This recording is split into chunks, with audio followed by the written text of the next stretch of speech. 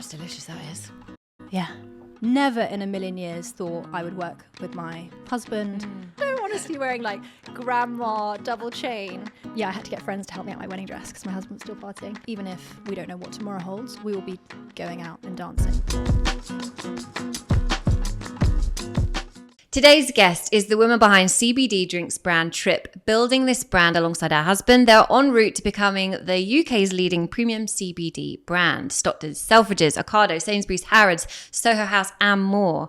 After launching the brand in 2018, they're on a mission to destigmatise CBD oil and bring a little more calm to everyone's lives. It's Olivia Ferdi, everyone.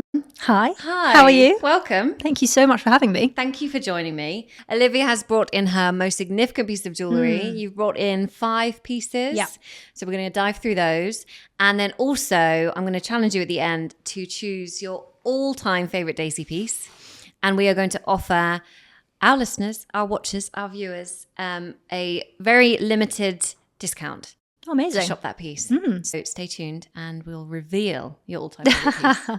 It seems only right that we start by opening a Absolutely. can of Trip. Have a little cheers. Do we call it opening a can of Trip?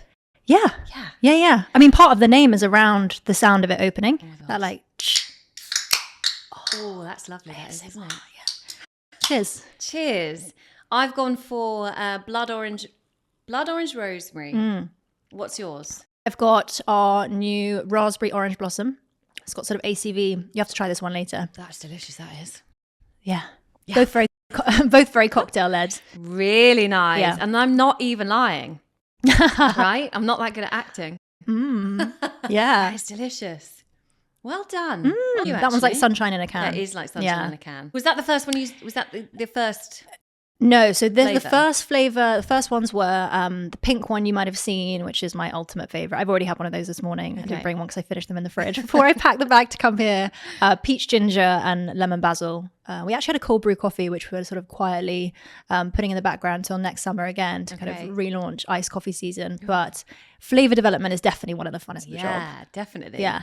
Okay, so before we get started, let's set the scene. Let's talk our listeners through what we're wearing. Yeah. I am wearing a cream top from Sienna Miller's collaboration with M&S. Obsessed with. I'm absolutely obsessed with everything she does. And some cream trousers from COS, some bright red vintage shoes from Topshop, and I've got my Daisy, big chunky Daisy earrings on, double Daisy earrings, and some chunky gold necklaces and rings. Olivia, what are you wearing? I've gone super simple. It's a Monday, going to be running around. Really comfy black tee. I don't know if you've seen this material. It's just really breathable and kind of looks a bit more finished than my normal cotton tees. This is a really old Topshop. And the jeans are Zara. Delighted to be back fitting into these, to be honest. It's been a few months. And I've got some overly warm Topshop boots on. Jewellery-wise, I've got my chunky daisy chain. Has it gone under? It's gone under. Oh Pull my it out. goodness. Polysale Oh chunky my knot goodness. chain, and some my favourite earrings. Yeah. They are the shrimp woven earrings. They're fantastic. I wear them pretty much every day, apart from today. And I've got my Daisy signet ring that we'll talk about later, and then just wedding band. Is that one of your significant pieces? It is. Oh my God. Yes. Never ask. We actually, it's not even a thing that you have to bring in anything Daisy. So I'm always so chuffed when our guests do. Yeah. Amazing. Okay, so you've just returned from speaking as one of British UQ's heroes. How on earth was that? It was absolutely crazy. Really? I can't believe they even asked me. It just doesn't feel, it's crazy. So this was a 3-day event last week, getting together different people in media, and which I'm not in, celebs, which I'm not, but lots of different kind of experts in different fields. There was Russell Crowe, Anya Taylor-Joy, Ian Wright, lots of Charlie XCX, and then little old me being asked to talk about entrepreneurship alongside another brilliant entrepreneur, the founder of Depop, the sort of marketplace. And it was a couple of days away in the countryside, which felt like a complete treat. I've never been felt like a celebrity so much. It was crazy. Oh, it's so good. Yeah. And what do you do to prepare for things like that? Have you got any weird traits? What cans do you not back to prepare? Tons. You have to take your own supply. Luckily, we're stocked. You'll find the Trip peach ginger and elderflower mint cans in the mini bars in all the Soho House. It was at Soho Farmhouse. Yeah. So all the Soho houses globally have got our CBD drinks in the mini bar and our CBD drops on the nightstand. And we joke that we've replace the Bible in some places. You know, if you need to reach for something in the middle of the night or the morning after, you'll find our products there. But that's what it says on the tin, you know, calm in a can. I'll definitely have some on the way. I always have actually our dream drops, which if I haven't sent you, you did. They're the ones you sent the dark me. blue ones. Yeah, lovely. Amazing. Gentle orange blossom flavor. And I have a few drops. A lot of people will use that sort of thing before bed in the evening, but it really helps calm the nerves and calm racing thoughts. So I'll have it before something like this or a presentation. So I'll definitely have that before I go on stage. And in general, I need a bit of quiet time before. I exert, my husband jokes, probably too much social energy, get too excited and things like that. So a little bit of alone time before going on. Yeah. But nerves are really fun as well. It kind of, the flutter is part of the joy in these kind of events, and that slight discomfort is actually almost addictive sometimes. It's an interesting combination, isn't it? Yeah. Yeah. I saw the outfit you were wearing head to toe aligned, weren't you? I was going to wear that here, you know. Were you? Yeah, and then I thought I'd be so good cold. on you. Thank They're you. like lilac-y colour. Yeah, Bryony, who we met at that lovely international women's lunch, I was like, please help. They're asking me to go on stage. I've got no idea what to wear. I want to look professional but cool. I don't know what the weather's like. Oh, you nailed it. And I want to have a good sort of top up, top half headshot, because they then took our portraits that are going in the magazine, which is completely... And when does the magazine come out? September issue. Amazing. So for those who aren't aware what we're talking about, Align is a lovely fashion brand that we love. We know the lovely Bryony. Yeah. And you're wearing this lilac waistcoat, which is stunning. It's like viral. The red one and the black one has been viral, right? Yeah. And then some baggy jeans with a big turn up. Exactly. Is that right? So yeah, it was a gorgeous powder blue, and a lot of our brand colours are pastel, and the chance to wear something pastel was really lovely as well. Super comfy, and then extra even sweet touch. It was called the Leo waistcoat, which is the name of my baby boy. So I was like, I've got to have it. Please. Oh, that's so good. No, I felt amazing, and the quality is just stunning. Yeah. Nice. Okay, so the story around Trip. So it started around your husband had a knee injury. Exactly. And he was on his recovery journey. Yeah. Wasn't really getting very far, and you had the looming date of your wedding over your heads. Yeah. And you were worried that I think the way he was, it was like he wasn't going to be able to walk down We the thought we'd aisle. have to cancel. Yeah. And was it a friend of yours or your brother-in-law suggested Exactly. looking into CBD, and you did tons of research, it started working, and he was the last man standing on the dance floor. Yeah, I'll show you the video after Yes, this. please. It's And you were like crazy. on his shoulders, I think. Yeah. Not only, they said you wouldn't be able to walk down the aisle, not only walking me down the aisle without crutches, dancing all weekend long. I'm on his shoulders. You'll see it in the video clip I'll show you later. Yeah. But Irish-Lebanese wedding in Italy. So lively. Yes, it wasn't, sitting down and that kind of thing. So it was a huge relief to be able to celebrate with all our loved ones and celebrate in the way that we wanted to. So blown away. But as you say, didn't know anything about it. Even the brother-in-law who's based in the US didn't know much about it. It was just people are talking about it. Athletes, a lot of people. It's very much in the mainstream. Just take a look, and blown away by the result. Amazing. Tell me what it's like working with your husband. I love this question. I find it so funny because you can see on people's faces as well when you walk into a meeting, whether it's with investors or suppliers or customers, you get a glimmer of potentially their relationship with them in the way that they ask it. Absolutely. Which is nine times out of 10, nobody wants to work with their partner. On paper, it doesn't make much sense. And I was one of those people. I would have bet my livelihood, basically did actually going into Trip and putting all my savings there, but would have never in a million years thought I would work with my husband, nor would I work outside the law in what is pretty complex legal area in cannabis, essentially, as one of our starting points. I would have never believed you. Not only was I the last person at school or in a room to say they'd do something on their own and kind of build something from scratch. I had a career in law. I love following the rules, being told what to do, progressing step by step, that kind of thing. So for us, I find it a complete shock. Whereas my husband answers the question, what could be better than working together and like working with your best friend and seeing each other every day? But I think a lot of people can understand if you don't know each other in a work environment, it can be quite different. I think even our friends, I think a lot of people think about going into business with friends or ex-colleagues, and you can be quite different in a personal relationship to obviously a professional relationship. And what's interesting is we didn't know anything about each other professionally. We've been together really long time. We met when I was 18 at university. And even though we sort of grown up together and we take a great interest in each other's lives while we had different careers, I couldn't tell you what he'd do all day, where he'd be, what kind of meetings he was in. Similar to yours? So he was in finance. That was it, so traditional investment banking and then trading. Couldn't tell you much more of what that meant or what you would do all day.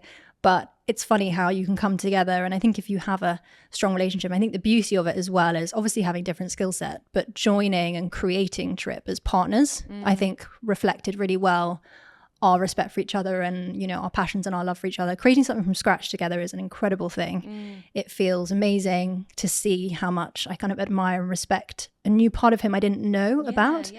And also you kind of learn, while you have your love language, you know, which might be acts of service or quality time or whatever, I think you can have a different work love language.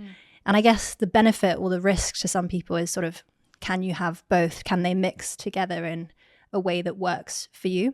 I think being open to that, because we've grown up together in a sense, or I joke I've grown up, he's been the same since we met, but I've grown up a lot in those kind of really transformative years as a woman. I think kind of knew each other so well when we started that going through other hiccups in life, whether it's losing jobs or moving country, whatever it was, kind of puts you in a good state to be prepared to deal with those things. So when young couples come to me and say, oh, would you recommend I start a business with my girlfriend? I say, go for it, but you just need to be aware of a few things. You know, have you gone through anything challenging together? Do you know that side of each other well?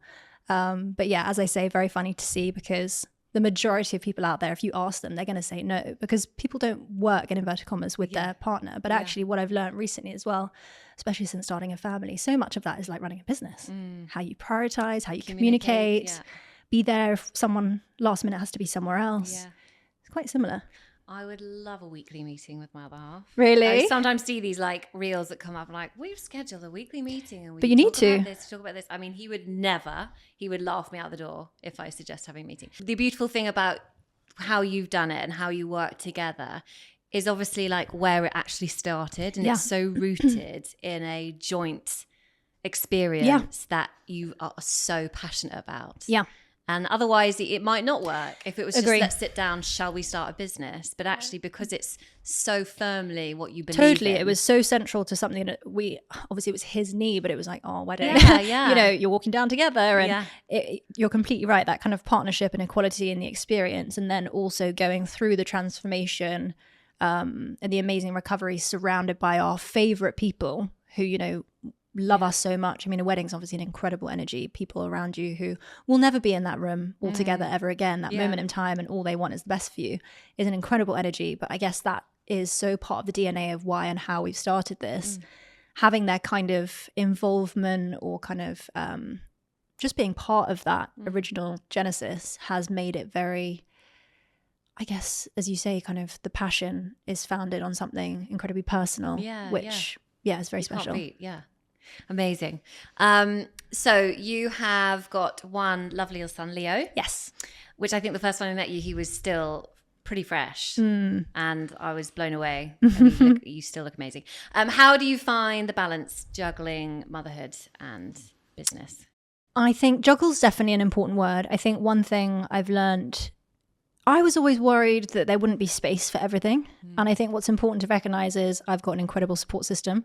So my husband and I work in the same place. So we're so aligned about the pressure points or what each one needs or what the Trip baby needs, if you know what I mean, that we have complete trust. And whether you say it or not, you don't need to worry about, oh gosh, I need to bring up to my boss that actually I want to leave early for something. It's like, goes without saying. And even during pregnancy, which I found quite challenging, I have a lot of family in the business, a lot of amazing family that have invested and advised, and it's sort of it goes without saying, your health and your well-being comes first, and that's incredibly reassuring. So I think for some people on the founder journey or on the entrepreneurship journey can feel different pressures around, can I even tell people I'm pregnant? Can I even do this? Can I even do that? Can I be there for bath time? Is that acceptable? I didn't have that, and I think that is really unique, and I'm very grateful for that. I think the other thing is that mutual kind of partnership, which I mentioned, as well as support. I've got support at home. Our grandparents, I mean, my grandparents practically lived with us the first 3 months, looking after me, to be honest, helping me get back to physical health. And I think having that support as well as someone to look after Leo during the working week cannot be underestimated. I can't believe how essential it's been and how I didn't know about it before. And when you say juggle, I think the other thing I just want to mention is kind of the idea of balance. I think it's sort of a spectrum. I never feel like, oh, I've got that perfectly right. It's if I did feel that, it would be static and it would be a, you know, momentary thing before moving on to the next. So I think being kind to yourself about that, it will tipple and topple. And ultimately, if you have to miss some things, some days or some years, the hope is that you get the, in inverted commas, balance that you're striving for, maybe when he's at school or whatever else. Do you know what I mean? Like being a bit honest about that. Because it will keep changing, because he's not 1 yet? No, he's less than 1 yet. Yeah. 1 in September. It all changes again when they go to school. The level of change I do find quite intimidating. In the early days, it's like week by week when they're sort of measuring their progress or their development. Hopefully that calms down a bit, because it does drive you crazy. You're like, you've just got over this final milestone. He's sitting up in bed at the moment and, you know, not sleeping because he's so excited because he can sit up. And it's like on to the next one and the next one. It's amazing. Full on. Well, it's a journey, but it's a fun one. Before we dive into your significant pieces, what is it about jewellery that makes it so important to people? I mean, for people, there are so many different reasons, so many different connections to how and why you might reach for a piece or hold on to something sentimentally, or obviously if it's precious. I mean, standalone, they're beautiful things. They're things that make us feel confident. They're things that make us feel complete, or sort of a sense of armor. I think especially myself, thinking about going through the entrepreneurship journey, the way that a great set of hoops can set me up for a Zoom. God, when you're I stand by that. You know, you can be breastfeeding 1 minute or rushing to make some toast for lunch because you haven't had time, but then just to be complete from the top half up can make you feel amazing. And I think it's very empowering to have something like that as a tool that is portable. You can have anywhere, any time of day. For me personally, I'd say it's more, and some of the pieces I brought, it's more around a connection to kind of family. Family is really important to me, and a connection to that with something physical, I've realized, is actually really something I value. Not something I realized as much growing up, when you just want something new and you want the new thing, but as sort of family have either passed away or moved on, that connection to history and understanding you are so directly part of something that came before you is quite a revelation. And jewelry for me is something that I like to physically hold on to. I love tangible things in a digital world, and that kind of history and heritage is a big word. I think understanding where you came from. I'm mixed myself, so understanding all the different parts of what brings you together, I think, is really magical, and jewelry does that amazingly. Did you find it hard to pick out your most significant I did. pieces? I have more that I wanted to bring, and then there were things I couldn't find that I wanted to bring, because I think there's one group not represented, which I wanted to be represented, which I can talk about. Well, let's dive in. Should we go? First of all, I'm going to surprise you. Look, this is actually your jewellery box. Oh my God, that is insane. It's got your initials on it. That is stunning. There we go, so you can take that home. You spoil me. You can take that home with you today. Oh my gosh, thank you so much. You are welcome. That is beautiful. Okay, so where are you going to start? I think I'm going to go chronological. Okay, I like that. Which, this pouch, which I kept the pouch in there just because the site of the pouch, which is this sort of Chinese silk pouch, which might be familiar to some of you, has very sentimental, even the feel of it, like looking at it, it's what you hold kind of just precious things in at home. And this is a gold, I don't know what you would call it even, medallion. It's got my Chinese name on. So my father is Chinese Indonesian, my mother's English, grew up here in the UK, but all of my dad's family are in Indonesia. So when I was born, each of my 3 siblings, we got given one of these. And I think having the Chinese name on it is really beautiful to see. I don't surround myself probably enough with sort of Chinese culture at this age or day to day, and seeing it is really special. I've never worn it. And the idea of it actually is to kind of celebrate the child's life when you're born, to embrace the hope for prosperity. And it's actually traditionally more than being worn, it's more kind of a keepsake in case you need to sell it for cash. So that's why they give a lot of gold. Okay, and, you know, being here in Hatton Garden and seeing all those signs on the street, that's what it's for. You know, it's for your kind of security and family safety. So gifting solid gold is actually very traditional in Asia. Who was that gifted to you by? My grandparents. Yeah. Amazing. Yeah. Where are you going to take me next? Chronologically, the next one is this, which is a beautiful costume piece, which I'm sad I actually haven't even got out of the box in over 10 years. I was saying this is a set of Chanel pearls.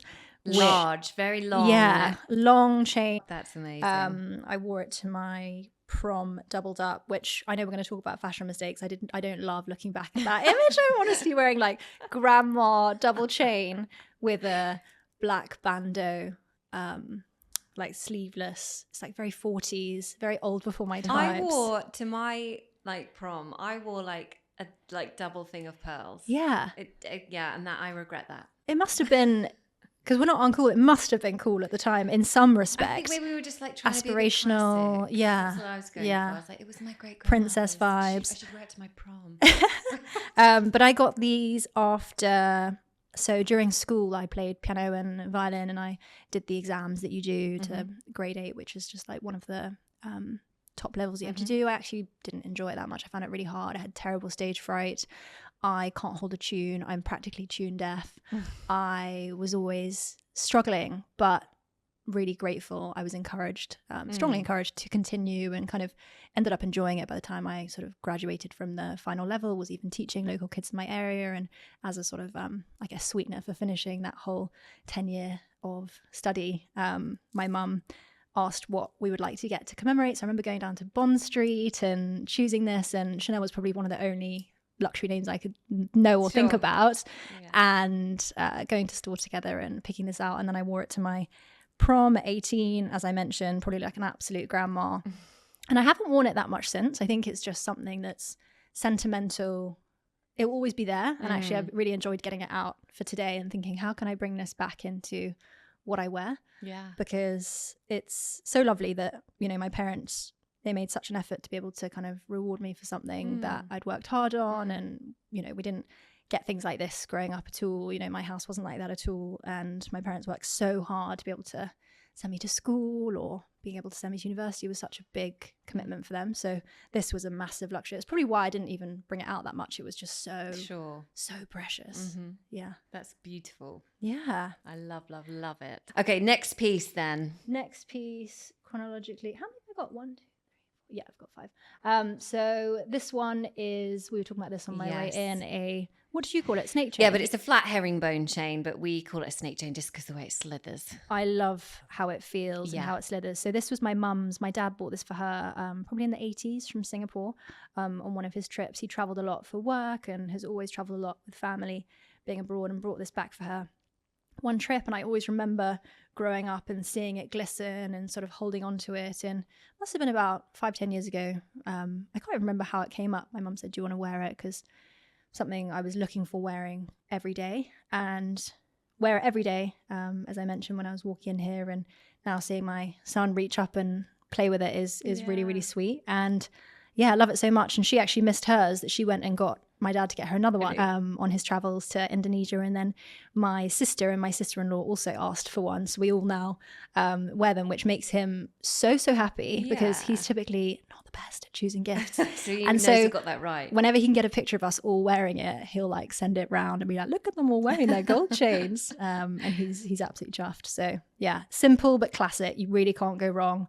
Just makes me feel happy and connected to family. Yeah. And I love to feel it. I know it was a bit twisted when we came in, but there's nothing like touching, particularly metal jewelry, I find. If you're feeling homesick or thoughtful or reflective, it really grounds me. And it just feels great in the hands. It's just I think it's just a classic. And when you're saying like how it catches the light, it really does. It's sort of just beams. And the flat, what did you call it? Flat herringbone. Flat herringbone. When it sits on your collarbones, it just feels and looks amazing. It really catches attention, I think. Well, I love it. Okay, next piece. Next one is my grandmother's engagement ring. Lovely. I love it. Beautiful, beautiful sapphire on what I think must be platinum. And I wore this at my wedding as my something blue. Nice. Which is very sweet. But yeah, it's a beautiful, very kind of classical piece, which I'd love to wear more. Is this on mum's side or dad's side? This is mum's side. Yeah. Lovely. So you wore that. So your wedding in Italy. Why Italy? Food and drink. Yeah. Can't go wrong. Literally can't go wrong. Even if it's, you know, local, whatever, unbelievable.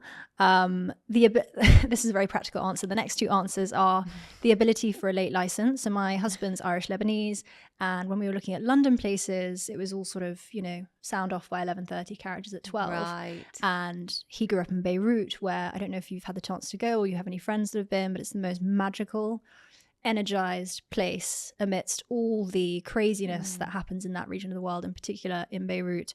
There is this joie de vivre where even if we don't know what tomorrow holds, we will be going out and dancing and celebrating, and the hospitality, the culture of inviting everyone and their cousin to your wedding, to your night out, to your dinner party. So we wanted somewhere that reflected that relaxation around celebration, that we didn't know if we wanted to end at 3 or 6, but we wanted the ability to just dance all night. I went back to bed after the wedding, I think 7:30 in the morning. They continued till like 10 a.m. Oh my gosh. For context. I had to get friends to help me out my wedding dress because my husband was still partying. And the other thing, logistically as well, it was sort of in between family in Indonesia, family in Lebanon, people in England sort of coming somewhere together. And it's pretty special when you're able to do something abroad, because you really get people that have made an effort very, very generously with their time, and creates this quite different energy. Amazing. Okay, your final piece. So my final piece is my Daisy signet ring, which I wear every day, and I got, must have been after Leo was born, but it's got an L on it. So my name's Olivia, but my friends all call me Liv, but really it's for him. And I look at it every day. I like to feel the weight of it and just go like this. I don't always think of him when I'm doing it. And I feel like I've talked a lot about him on the podcast. You haven't, definitely actually. Not my intention. You haven't. But it's a beautiful, solid piece. And having it on the middle finger just feels really strengthening. Yes, if I I was need gonna say to that. turn a ring, it might be nice to twizzle any ring on your finger, but the solid feeling of this and the flat top just gives me, I'm not a nervous person, but I've talked a lot about touching jewelry, and there's something very gentle. Grounding. Yeah. It's very grounding. And that smooth square top just feels calming to the touch. I find it helps me concentrate as well. If I'm thinking, I'm like playing with my earrings and kind of letting the mind wander. Maybe there's something biological about the way, the metals and Could be the heat on the body, blood So flow. you got that Must have been before we after. even met. Yeah. That's so. Yeah. And so did you buy it, or your friends bought I it for bought you? it. I bought it for myself. Yeah. Nice. In fact, I think Must I have been remember last because we November were or sitting having October or lunch and you were something. like, "Yeah, I've got." I said, "Oh, my Yeah. I've got a ring." Yeah. Oh my god! It's, honestly, very that's like special. the biggest compliment when you meet someone and they're already Of wearing. course. Yeah. something Seeing your made. product in the wild. I mean, as Yeah. a fellow founder, must be the biggest buzz. It is. Doesn't get old at all. Okay, that was gorgeous. I think my favorite piece, and I'm probably going to try it on, is the Chanel pearls. Oh, please do. Not right now. I mean later. Well, they're beautiful, and I love your medallion from when you were born as well. That's really, really special. Can you tell us? We were talking about it off air, but can you tell us your Chinese name? Fan Hui Ming. Fan is my family name, and Hui Ming, I'm going to get it not literal, but something like beautiful woman. It makes sense. Beautiful woman. Okay, now then, as a busy mom and entrepreneur, what's your go-to look to like feel powerful that day? We just kind of At work? Yeah. I would say Zooms are still a massive part of my daily life. So the ability to feel put together top half, even if you're wearing comfier bottoms or shoes or whatever. So I have this great kind of, a bit of tailoring makes me feel good. Maybe it's that kind of corporate upbringing. So I've got a couple of tailored waistcoats, which are great to just pop over a t-shirt like this. Nice. Have a couple of blazers or kind of a pattern blouse like yours, something that can capture a bit of attention, a bit of interest. And it's weird with Zoom. It is something that's an incredibly powerful digital tool, but it can be helpful in the absence of being together physically. You do need something of interest. People switch off. Yes. It's unbelievable when you see their eyes, drifting. And it's things like jewelry or an interesting neckline that can, I find, make a difference. I know, I totally agree. And I'm guessing you're having Zoom conversations quite a lot, growing internationally. Yeah, definitely. But even here in the UK, it is incredibly convenient. For me, there's nothing like an in-person meeting, especially when you have a physical product like we both do, that emotional connection and people getting more honest in person about their own experience, whether it's with mental well-being and how they first tried Trip, or something personal around jewelry or how they like to present themselves to the outside world, I think is really special when you can do that together in person. Yeah, definitely. Yeah. Okay, so we've heard all about the Olivia of today. I want to know if you've had any, when you look back and you think, why on earth did I wear that? Because I've certainly had plenty of those. Yeah. Can you talk us through, and hopefully we might have a photo that we can flash up. Yes. Talk us through any embarrassing outfits from the past, jewelry or fashion. I think when we were joking about this earlier, I think it's almost reflective. I don't have any like crazy phases or particularly embarrassing photos other than like costume stuff and fancy dress. And I think a large part of that is probably my very safe classical approach historically to probably many things in my life. I think until Trip, this wasn't part of the plan, this entrepreneurship, this journey of creation and creativity and putting my personal experience so out there was never something I planned to do. So with a career in law, actually what I find funny now, especially having launched Trip kind of during COVID, the idea of working for someone else and following arbitrary rules, whether it's being in a corporate office, not saying good morning to people senior to you, wait until they speak to you. I used to wear heels every day in the city for whatever, 7 years or something. And I've got a picture of Clip hopping around in these rank M&S heels that all my friends wear because they had those like extra cushioned insoles.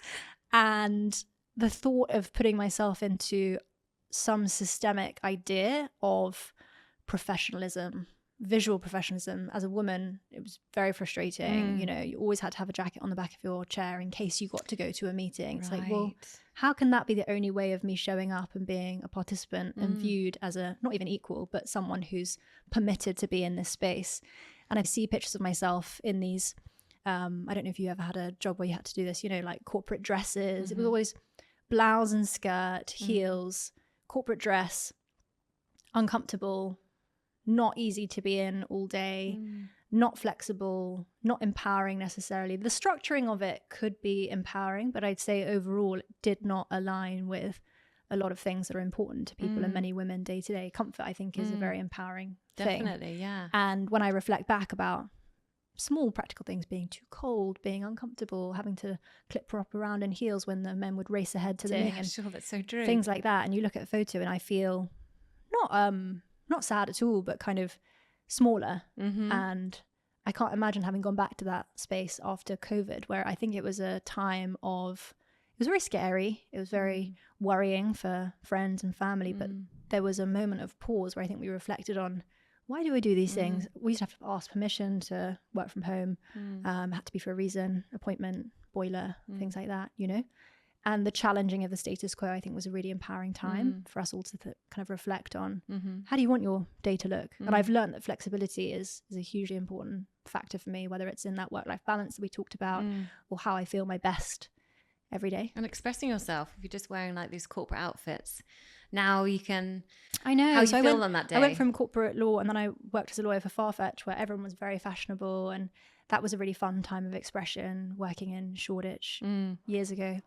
And actually now just being comfortable, is such a fab thing. Yeah.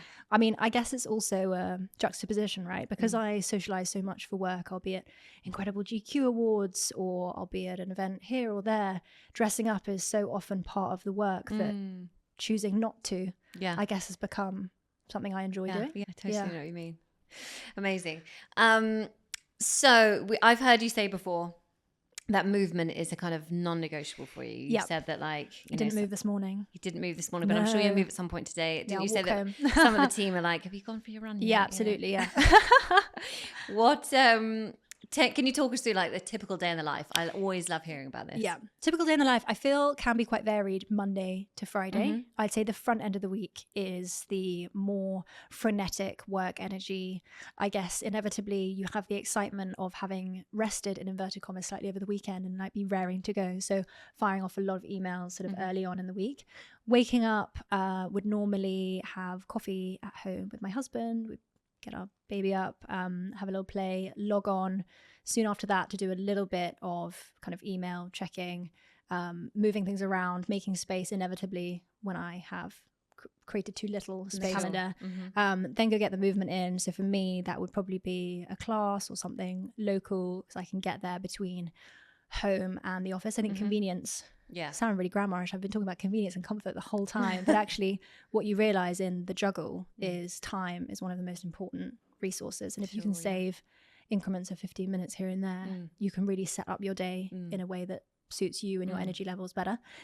So get movement in, get to a class. The beauty of that is not having a phone. I think not having a phone for a period of the day is critical for me, and having it early on is really important because I spend the entire time kind of either reflecting and then coming out every single time afterwards being more grateful, more energized. Obviously you've got the kind of physical benefits of your circulation's going, you've got the happy hormones or whatever, but knowing that I'm kind of raring to go is a much more strong, positive mental state for me and everyone around me. And then it will be Mondays, often a lot of meetings. We have a lot of team meetings on a Monday.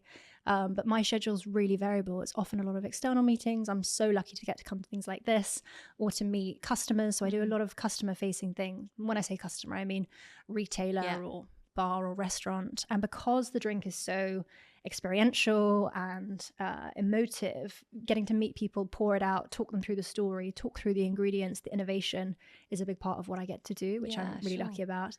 The rest of my week, sort of maybe 2 nights a week, we'll have an event.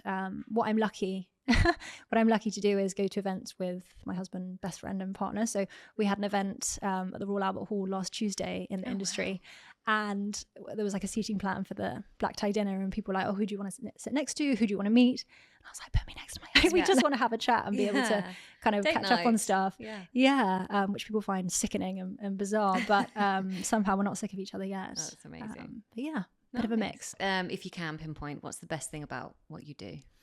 So best thing about what I do is the mission, being able to help people in a moment of overwhelm. Something as small and daily as running late for a train, having technical difficulties on Zoom or something like that. You know, we talk about high performing professionals and, you know, Dan's experience in learning about CBD and botanicals through, you know, something like being an athlete. But actually it's those micro moments, those daily moments that we get very excited about how we can help people. You know, we talk in the company about helping 1 billion people find a moment of calm, and we definitely have a long way to go, but we're on our way. And I think something I'll show you after, you know, we have this Slack channel where customers write in feedback, and with their consent, we share it with our internal team. And there's obviously people enjoying the drink and loving the brand, but there are these insane stories of people with chronic depression, lifelong endometriosis, people who've been dependent on chemical medication, who've not been able to have a glimmer of how they might feel without it in a positive way. And it's so moving for the team to understand the real people and the real stories behind, obviously, what is just,